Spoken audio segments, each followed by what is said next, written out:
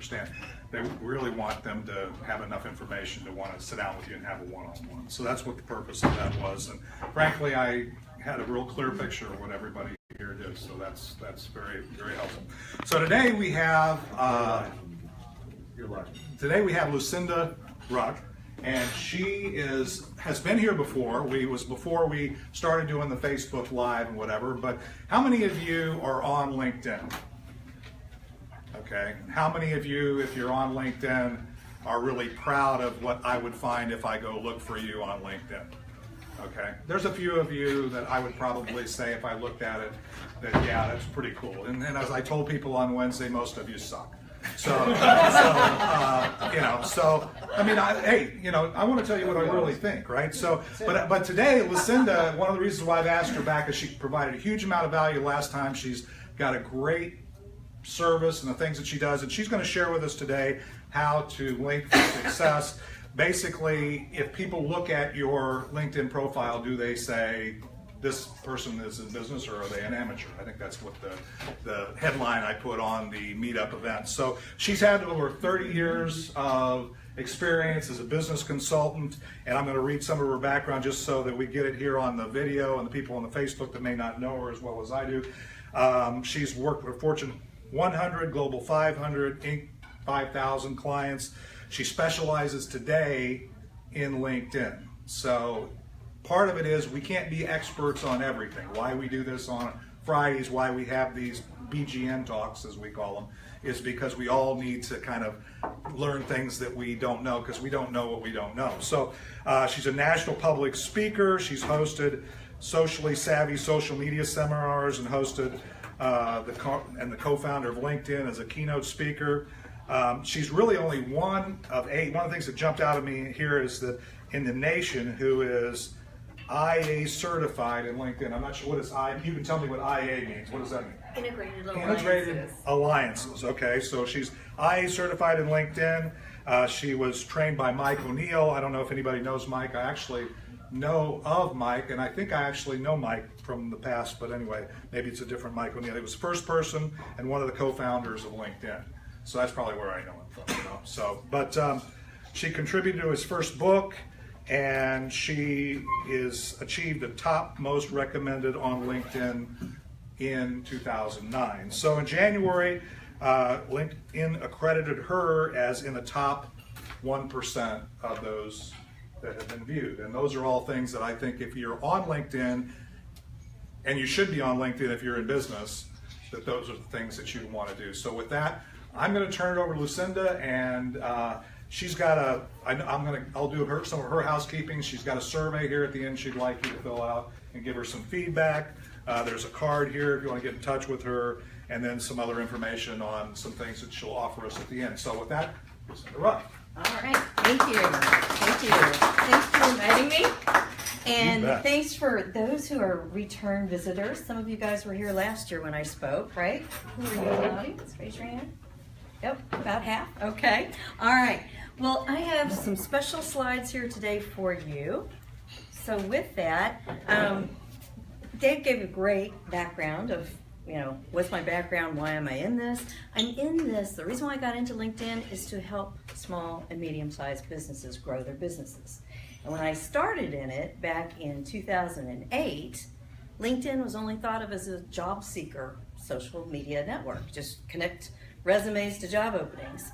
But I sat through Michael Neal's class, and at the end of his first class, and then I went on and took the next ones, but at the end of his first class, I looked at it and I said, well, this is like a free website for businesses. Why aren't they out there? So when the 4 of us coming out of Mike's class went back to, we were all business coaches, we went back and we asked our business owners, are you on LinkedIn? Have you heard of it? And out of 110, we got 4 sort of, maybe, thinking they'd been there. And that's what made me decide to go forward and actually specialize more on LinkedIn. So I used to be 80% business coach and only 20% LinkedIn. Well, in the last few years, I have flip-flopped because people have caught on to what LinkedIn is all about and why they should be on there. Some haven't caught on yet, and I'm like looking for those because I want to show them what they can do. Here's Michael Neal, and that's the one that LinkedIn, the corporation, the original 5 founders stepped out and asked Michael Neal, would you like to do training for us? We, as LinkedIn corporate, we don't want to do any training. We want to focus on building out the product. And you can see the benefit that put with them. Mike's been featured in the Forbes top 50. He's been featured in the top 25. He's been there almost every year since, I think, 2004. So 2014. So he's always been up there, and he's trained over 14,000 students. Notice how many connections he has, almost 35,000. We're gonna come back and talk about that number here shortly. Now, being on LinkedIn, there's a lot of benefits. And I have been teaching with this number that 35% have benefited from being on LinkedIn.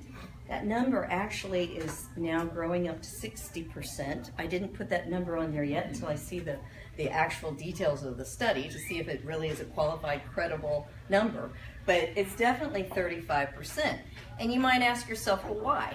Well, one thing is you can directly communicate with someone. You can send out messages to them, and then they can reply back so that you can directly connect. You can access target communities. And it's not just accessing target communities. Think about it. It's groups that have an affinity for one another pulled together. They're self-identifying your prospects. If you sell insurance, you'll have a group that comes together to talk about insurance. If you're putting together intellectual property, guess what? They're going to go to a group that talks about intellectual property. What's that? That's your prospects. So it's self-defining these groups that you can take advantage of. It builds stronger relationships. Not only does it build stronger relationships, but it also builds them quicker, faster, and better. And why is that? That's because, and is it Steve? Steven. Okay, I'm going to use Steven as an example. So if I go in and I look up Steven on his LinkedIn, I can read all about his background. He says he's from Arizona. Let's go see if he really is. Okay. He says he's got help desk experience. Let's go see. Let's read about this, right? And so then when I actually connect with him or send him an invitation or he sends me one, I've read about him. I know a little bit about him. He's probably read mine. And so when we decide to connect and we think it's a benefit, that first time we meet, it's not going to be a cold call. It's going to be, oh, hey, how's Tempe, you know? So it strengthens the bonding early on. It takes away from doing cold calls. Better, faster responses. I have 2 clients that over time has tested the theory that you can get better responses quicker and faster on LinkedIn than any other way. And here's their theory. By the way, one of them is with Siemens, selling fire and security products, devices to large corporations, hotels, that sort. So her theory is, you know, I've been hitting and hitting and hitting in the corporate world.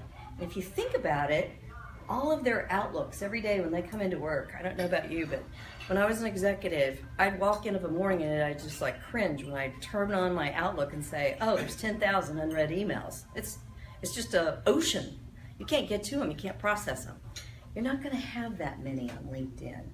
So you get a few per day. You get a few if you only go on once a week. And all of a sudden you start bubbling to the top and you get more recognized by that person. And they'll click on it and open it. So better, quicker, faster responses. She sold over $1 million just by skipping out. She wasn't getting into the prospect via email. She switched over to LinkedIn and she got in and closed $1 million. So that's great. Anything you do on LinkedIn is putting yourself out there, putting your marketing out there, going and putting your company, your business, your products, your services, whatever it is. So whatever you put on LinkedIn is only going to enhance what you've been doing so far.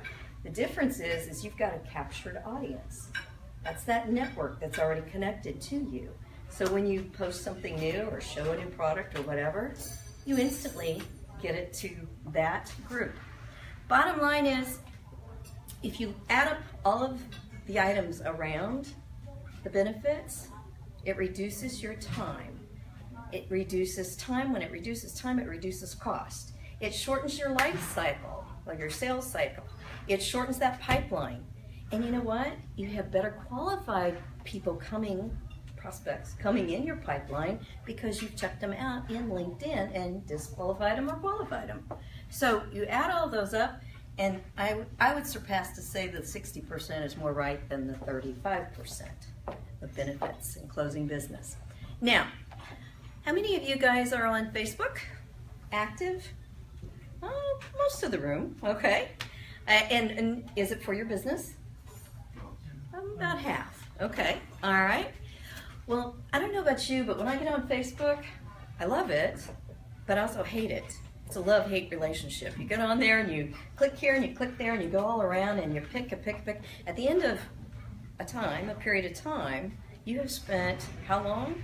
And what have you seen? A bunch of pictures, a bunch of events coming up, a bunch of announcements, a lot of jokes, cartoons, whatever. But you probably didn't take steps in building your business like you should. Versus on LinkedIn, there is a methodology approach that you can go through that will make your efforts that you put in there, I call it return on investment. Well, guess what? It's return on invested time. It'll make you more efficient and productive. And so here's what I would propose to you. Start with your profile. Everybody's put up a profile, even when you got invited. You put up a profile, you put something out there, you filled out those fields. You know, they prompted you to plug this number, or plug this field, or plug this date, or whatever it is. LinkedIn just constantly is like, oh, you haven't filled out your education experience, or, you know, it's prompting you to fill out more. And why do you think it's doing that? It's wanting you to have a more robust look. The more robust look, the more you build trust, credibility. If I go and I look at somebody without a picture, I write them off. They're suspicious. Yeah. They may be from a foreign country or a robot. You know, I've reported those to LinkedIn, and by the way, LinkedIn will take them down within 24, 48 hours now. So if you're foreign countries. Pardon me? You don't like anybody from foreign countries? Oh, no. I didn't mean to say anybody from foreign countries. Oh, no. I looked at them. Wrong. If it's a blank picture, Right. I call it the ghost picture. That's very suspicious. Not very many people will link with you or let you into their groups or whatever, because, you know, I can't see your eyes. I can't see your smile. I can't recognize, do I know you? I don't know. So, but what I was going to say is you're building up that credibility on your profile so that people will connect with you. So once you've done that, then the next step is to start building your network. Here's the #1 biggest mistake people make, and I'm guilty of it too, so I'm here to be guilty with you. LinkedIn will all of a sudden, after you've put some things into your profile, yeah, I see some grins. After you put some things in the profile, somewhere along the way, LinkedIn's smart enough to pop up this little pop-up and say, hey, would you like for me to invite some to your LinkedIn network? And so it will say, and I'm going to pick on Scott, is it? Michael. I'm going to pick on Michael now. Michael, so how many's in your Outlook or Hotmail or Gmail or? Like contacts? Hundreds, yeah. Yeah, thousands. Thousands. Mm-hmm. 3,000? Is Yeah. that a good number? Mm-hmm. 3,000. All right, so Michael's got 3,000 in his Gmail? Gmail, all right. So he's got 3,000 in his Gmail. And so he thinks, wow, that would take a long time for me to send out 3,000 invites. That would take forever. I would never get done. So LinkedIn's offering to do it for you for free. Just hit this button. I've done it. Don't hit that button. Oh. Do not hit that button. I refuse to do that. Do not hit that button. And here's why. If you hit that button, I don't know about you, but I have like 8,000 to 10,000 in my various different email accounts, contacts. And I guarantee you, I've got people in there that don't work at those companies anymore, but I still have their email addresses at them. Yeah. So those are dead ones. I got some real dead ones. I was going to just say, I have some real dead people in there too, I know. I have some people that are retired and are no longer in the business, so they could care less about LinkedIn. I have kids in there. They're not ready for LinkedIn yet. So you're wasting your invitations if you hit that button. You only get a maximum of 3,000 up until this year, and they've just upped the limits to 5,000. So take note of that. But once you're out, you're out. So if Michael hit that button, he would be out of invitations, and from this day forward could not go forward sending out invites. Now, lucky for you, they've raised it to 5,000, so you're getting another That's two. not lifetime, that's just annual, right? No, that is lifetime, forever. So you're talking about Forever. invitations where I personally go in and I know someone and I want to invite them to my network. I met somebody and I think it'd be great for us to be connected. Right. For those on Facebook Live, the question was, if I go in and I'm putting together an invitation I want to send to somebody I just met at a group like this, that's the max. Yes, that's the max. Is that invitations or connections? Oh. I've got 2,000. Okay, Michael asked, is that invitations or connections? Good point. I was just going to bring up, how did Mike O'Neill get to 34,000? That's People invited him. That's people inviting him. The actual maximum is actually 30,000 now. LinkedIn set new limits, so you can only accept 30,000. Now, there are pros and cons to having a large and a small network, and let me tell you, I'm not at the end where I just link and connect with everybody. I have a strategy of who I connect with and how and why. And some people will just say open to connecting. By the way, if you ever see, does anybody know what lion means? LinkedIn open network. LinkedIn Open Networker, yes. Lion, you'll see lion in capital letters, and that means they will link with anybody, anywhere, anytime. And so it guarantees that if you send them an invite, they will accept you. Now, I don't know what they do when they hit that maximum limit. Guess what? They're going to have to go through their 30,000 and eliminate somebody if they want to let you in. So that's the problem of having a large network. Okay, so let's go to the next piece here.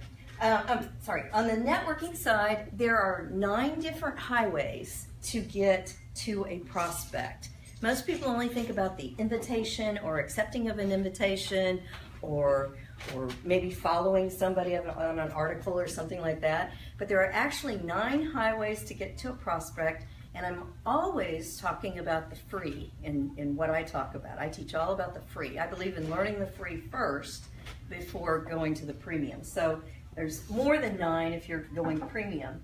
And then I call it applications. This is really like an add-on or something extra special that makes you stand out and differentiates you in LinkedIn. And then last but not least is searching. This is my absolute favorite part about LinkedIn. The value and the quality of the search results depends on how good of an effort you have put into your profile and your network. And most people don't get that.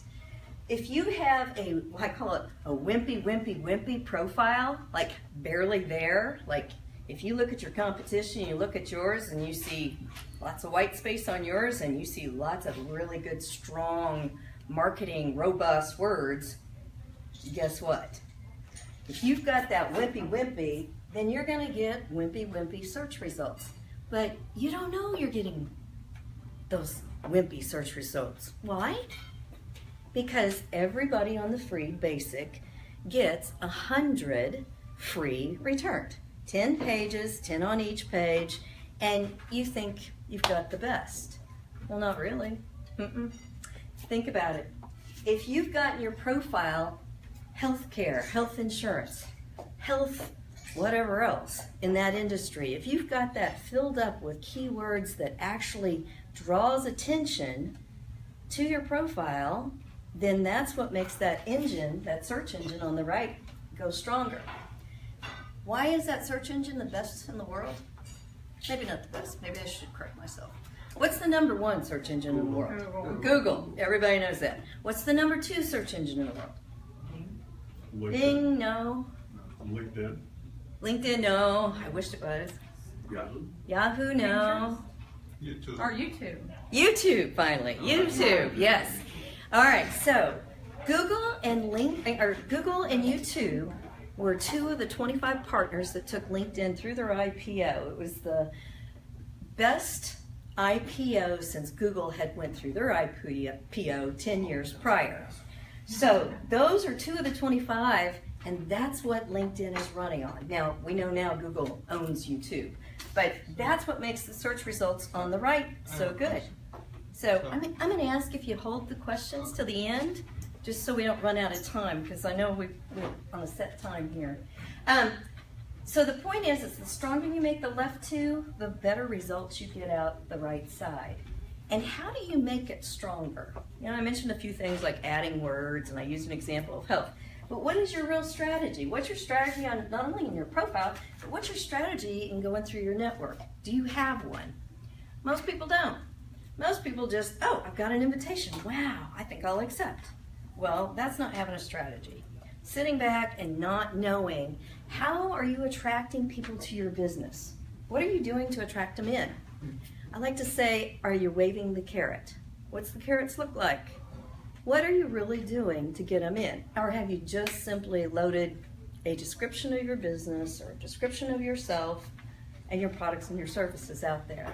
You've got to make it enticing, and you got to make them want to connect with you or follow you or enjoy your articles or whatever. So then the second part is, the first part's all about attracting. Second part's all about targeting. Salespeople love to skip the first part I just talked about. It's like, yeah, I don't need that. Yeah, I just want to go out there and I want to go send invites and go connect, and I want to go get to my market, and I want to just close deals. Or I want to go get those leads and I want to pass them to my sales force and let them go chase them. You know? Well, guess what? I just explained to you why that won't work. You got to be credible both here, and onward. And you have to differentiate yourself from the 500,000 or 500 million on LinkedIn. This number here, companies 14.8 and groups 1.8 million, those are the two fastest growing segments of LinkedIn. And I update those numbers every time I teach, every time I present, always.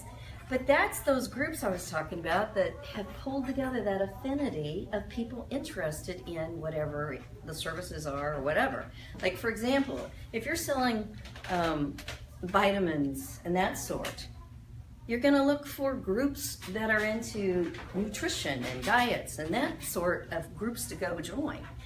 Here are some other ways to get to people and go target. This is an interesting number. 40% check their LinkedIn nearly daily. That number for years was only like 22%.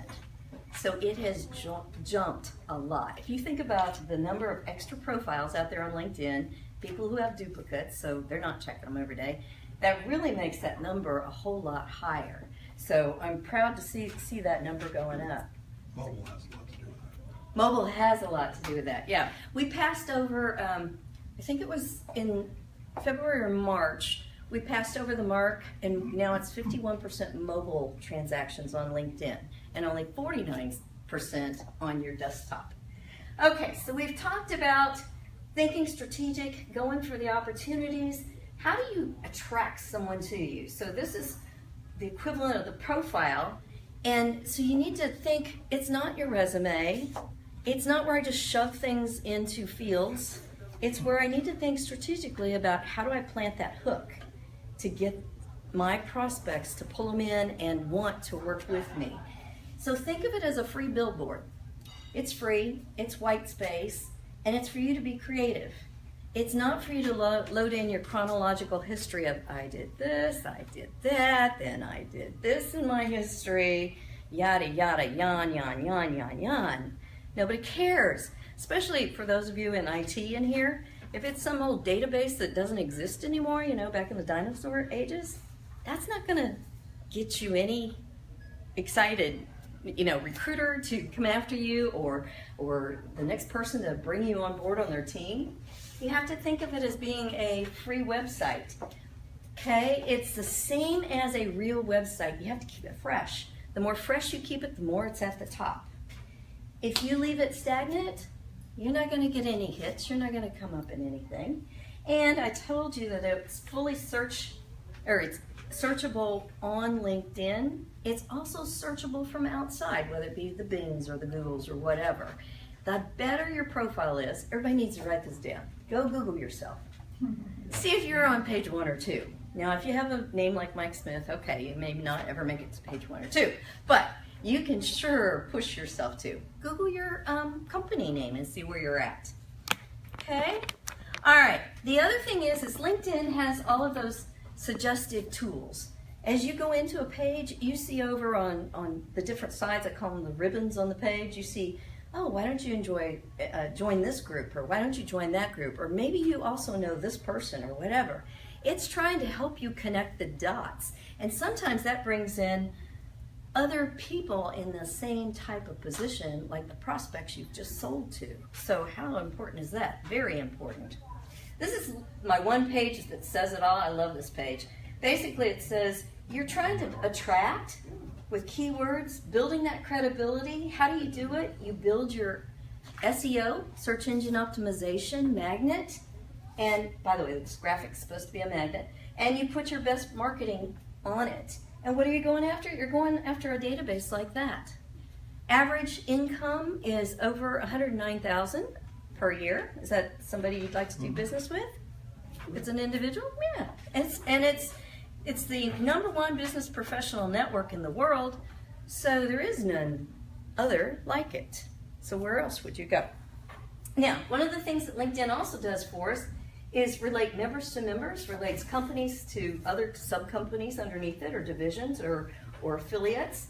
It relates people, what groups they're in, or if you're in a group, it tells you who are the members.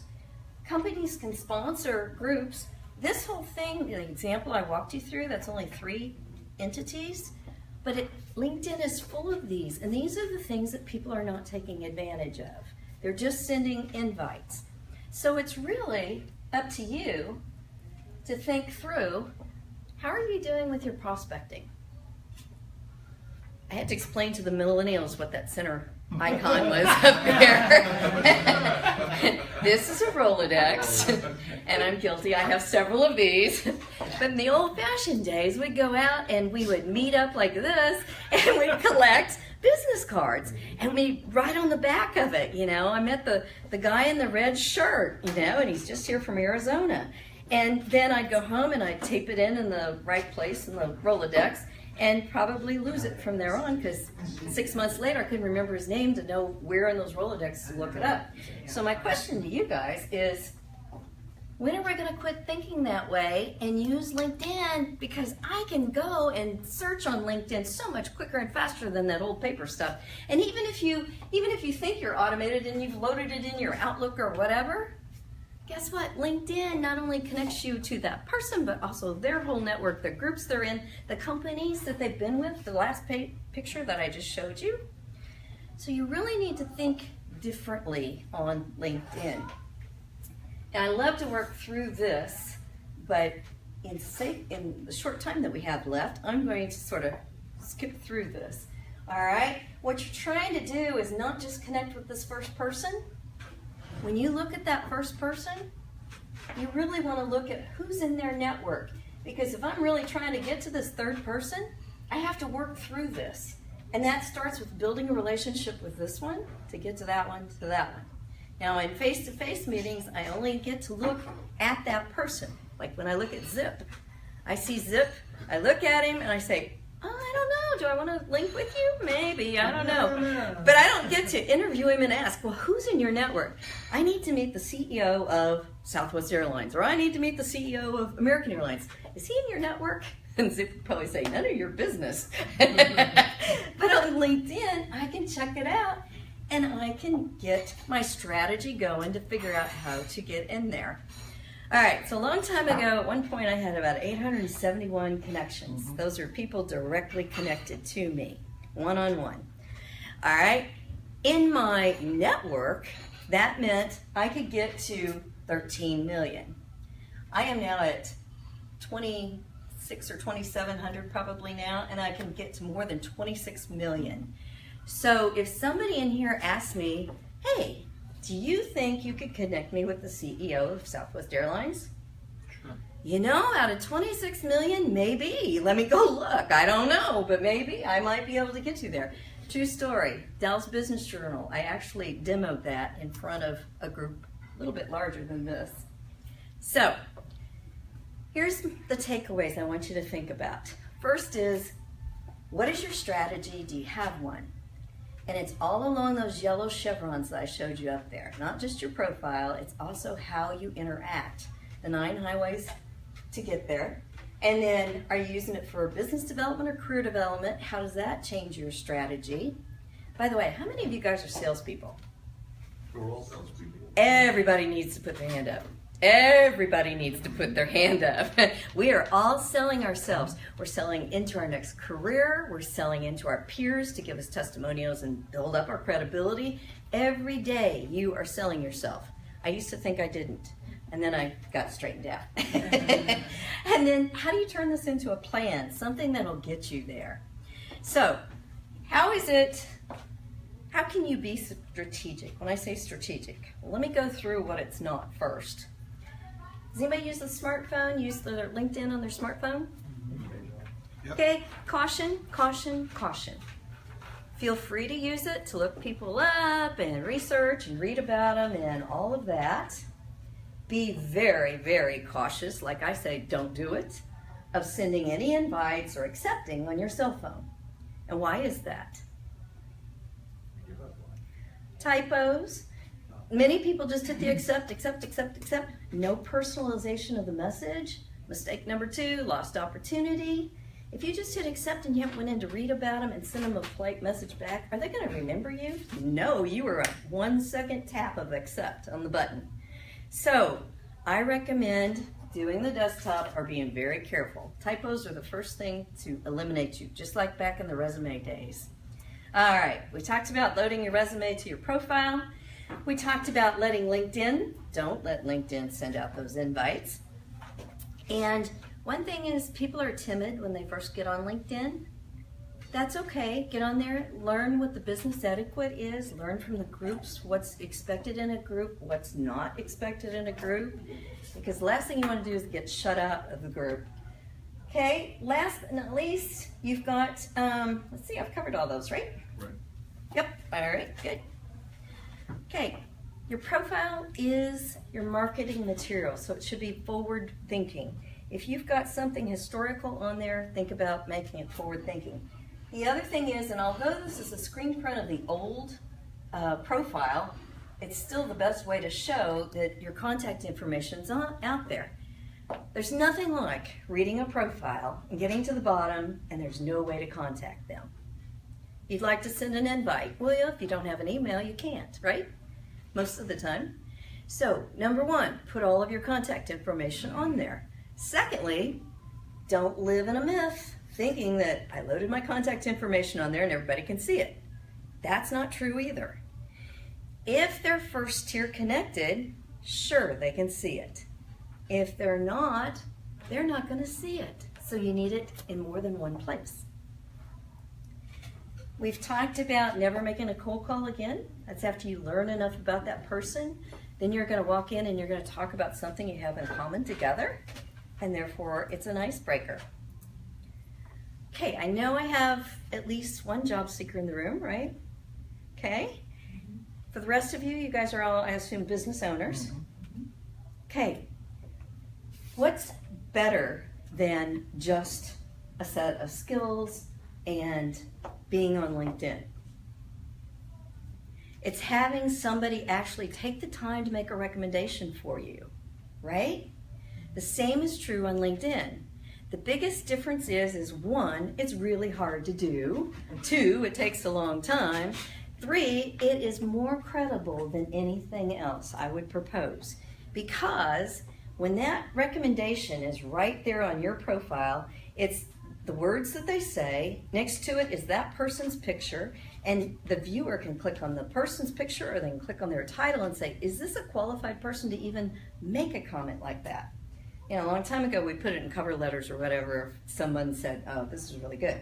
Well, now it's, guess what? You can see it, click on it, and validate it. So that is stronger than any others. Everything I've said about individual profiles and that sort apply to companies. There's other information out there. I'm sure you guys have seen it. How many of you guys have your company page out there? 4? In LinkedIn? In LinkedIn. Company page? Well, mine. I am the person. I am the company. Oh, that's your individual. Okay, so that doesn't count. 4. All right, that's not enough. You guys need to think about it. It's a free website. Doesn't cost you anything, and you get attractions. So now I want to go into what's new this year. LinkedIn started deploying it January through March 31st, and one of the biggest changes, and I know we were talking about this earlier before we started, is the navigation path. The menu screens all changed. The very first few months, everybody was reacting saying, well, this is gone, this is gone, this is gone. I can't find anything. Well, guess what? A few things truly were gone. Most of the things that I researched were just somewhere else, somewhere you didn't expect them to be. So whoever redesigned the navigation path, well, let's just not say, maybe wasn't thinking straight. But it's quote unquote from the product architect, it was a strategy to get closer to the mobile look and feel. So that's the rationale that drove this big upset for us. I have seen some things come back over time. I'm going to show you an example in a minute. One of the cool things is, you know, when people read a message that you've put out there, that's new. Some areas have been collapsed. Summary, experience and education, that's all been collapsed. You don't have as long of a section. You also, I just learned this like last week, you also are not allowed to have as many media attachments. Like I used to have PDFs, brochures, pictures, my TV shows, my podcasts. I'd have 30 something under my summary. You're now evidently limited to 7. So that's what I now have under mine.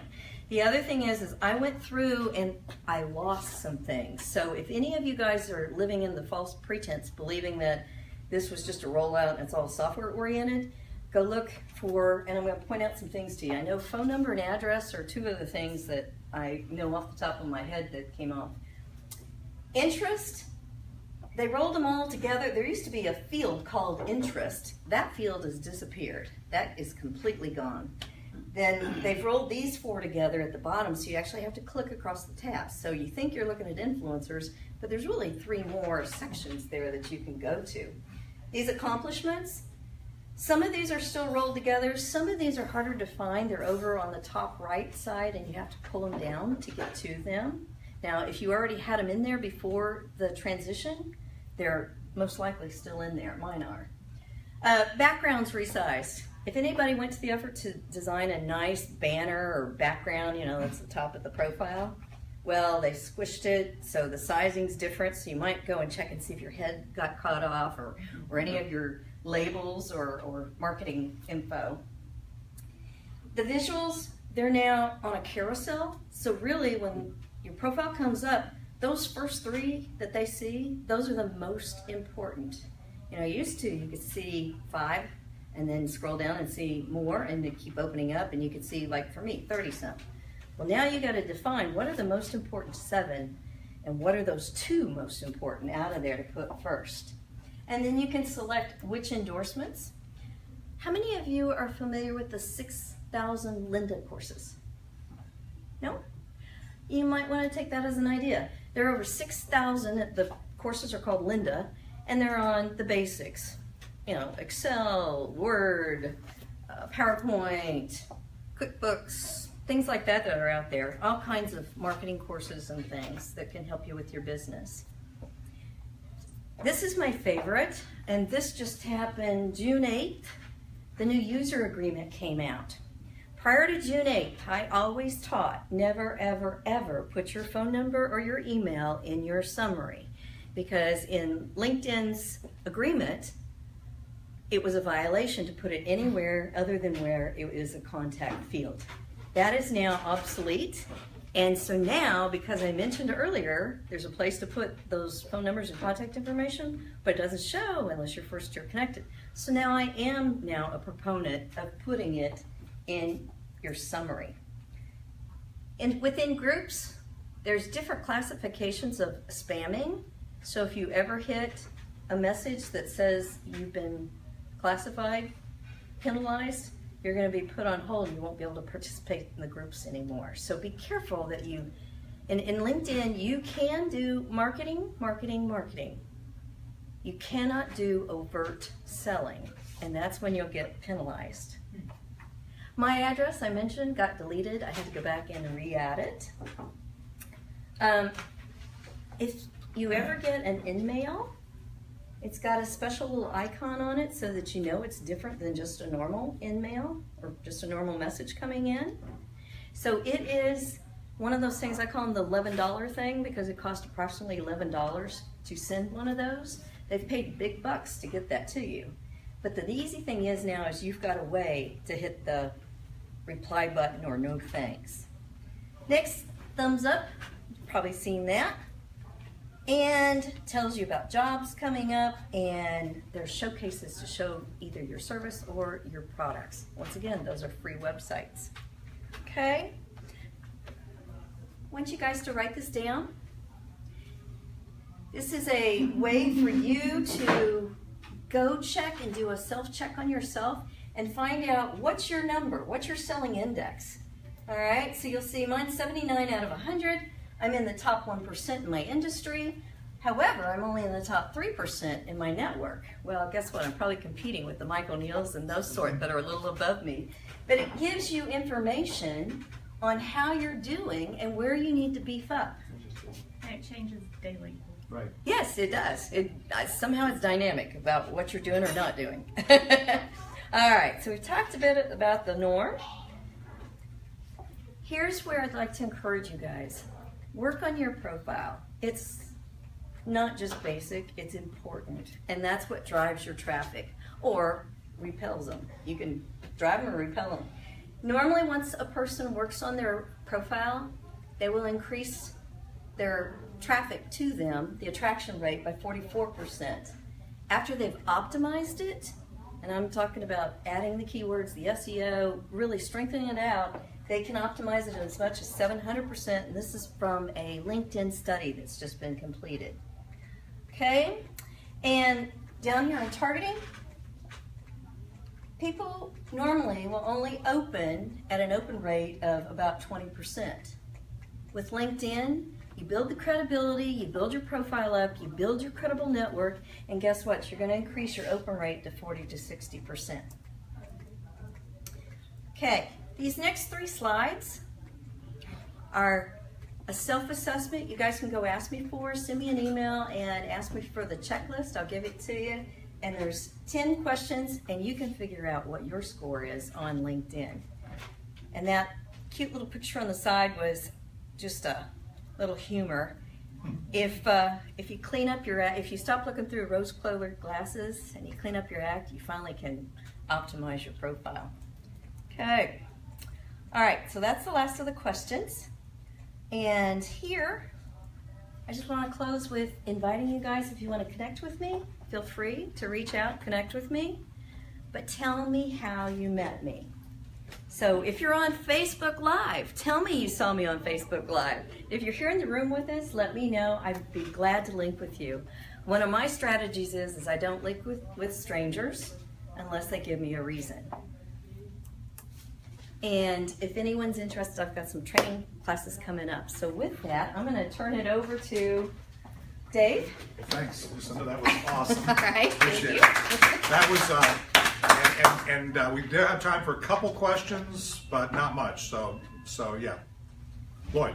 Okay, so you indicated that your profile determined the results that you get. How does that interact? Because, you know, if I'm looking for, say, someone that is motivated or self-motivated, does that have to be those words have to be in my profile as well, or? Well, I don't know about the word self-motivated, if that's something you'd be Well, looking I'm for, just picking numbers. well, I'm saying, like, let's just pick on manufacturing.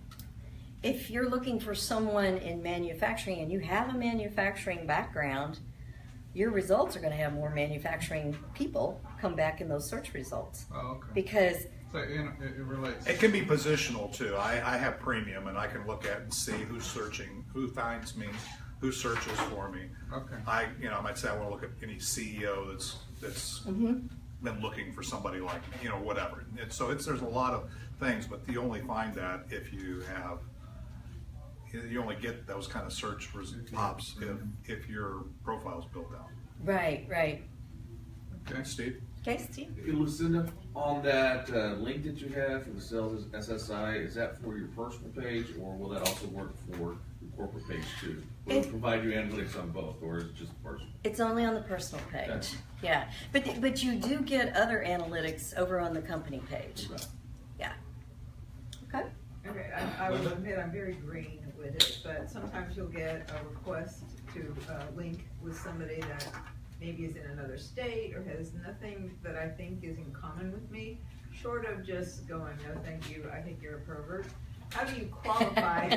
How do you qualify that person, or know that it's a valid request? You look at their profile. Yeah, you read through their profile, that's for sure.